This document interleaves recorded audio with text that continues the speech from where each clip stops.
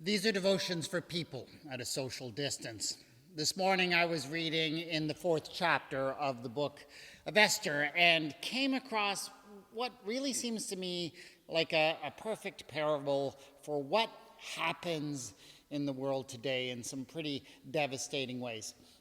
In this 4th chapter of the book of Esther, the government, the Persian government, has enacted a policy that is going to have a really detrimental effect on a group of people within the empire, specifically the Jews. But I think that this is something that maybe applies to any situation when you have a policy that is going to really hurt a certain group of people. Kind of thing that happens today, honestly, right? We put policies in place and there are specific groups that will be definitely negatively impacted. So anyways, Mordecai is a Jew. Esther, his I believe it's niece, his ward, is also a Jew, but she has entered the corridors of power. She is in the royal palace. So here's what's going on. This terrible policy that's going to negatively impact everyone has been, is known. Mordecai, as a result, he puts on sackcloth, which, of course, in the ancient world is a symbol of, yes, I have been grievously harmed, or someone I love has been grievously harmed. You put on sackcloth. That's just how you deal with your grief, your loss, your anger.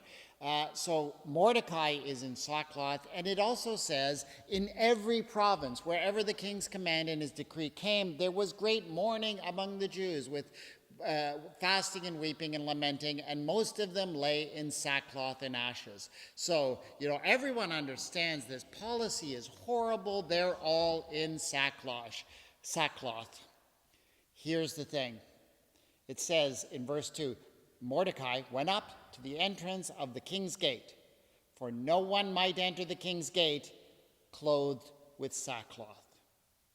No one might enter the king's gate clothed with sackcloth. So what does that mean? That means that once people have even a smidgen of power, a smidgen of influence, they enter the corridors of power, and guess what?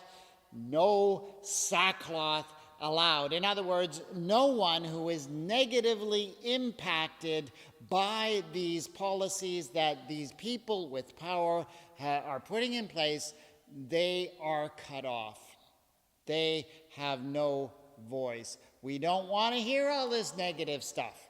So what we see, the picture we see in Esther chapter 4 is that every Jew everywhere is totally freaking out because this is a horrible policy.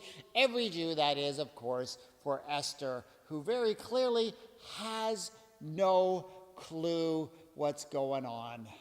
This is the situation. And you know what?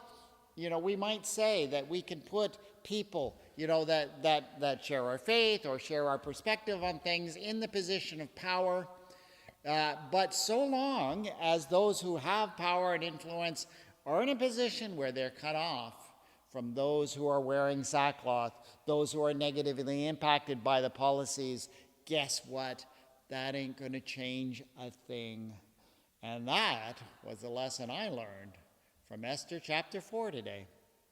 Lord our God, in your grace and your mercy, break down those walls of insulation that protect people who have power and influence from seeing the damage that their policies do to real people. Amen.